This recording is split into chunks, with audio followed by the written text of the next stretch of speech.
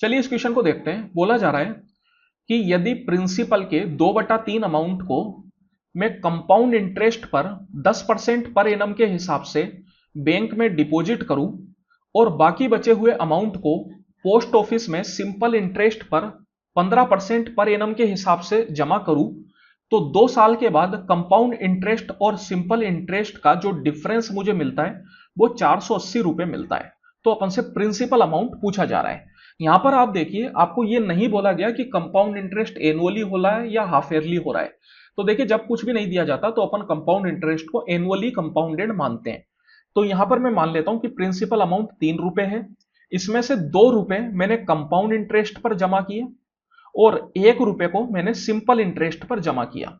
अब आप यहां पे देखिए, कंपाउंड इंटरेस्ट की जो रेट ऑफ इंटरेस्ट आपको दे रखी है वो 10% पर एनम दे रखी है और 2 साल में ये 2 बार कंपाउंड होगा।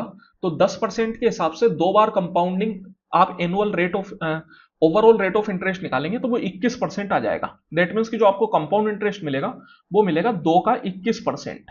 और सिंपल इंटरेस्ट में 15% के हिसाब से 2 साल में आपको टोटल 15 इंटू 2 मतलब 30% इंटरेस्ट मिलेगा। और ये 30% किस पे मिलेगा? 1 रुपए पे। That means 1 into 30%। इनका जो डिफरेंस है वो आपको दे दिया 480 के बराबर। तो यहां पर देखिए 42 माइनस 30 अगर आप करेंगे तो ये आ जाएगा आपके पास 12%। 12% की वैल्यू आपको दे दी 480। अपन से प्रिंसिपल पूछ रहा है जिसको अपन ने 3 यूनिट माना था। 3% समझने की गलती ना करें, ये 3 यूनिट है। तो यहां पर सबसे पहले अपन को इस 12% को 1 यूनिट में चेंज करना पड़ेगा। उसके लिए अपन क्या करेंगे? परसेंट को हटाएंगे।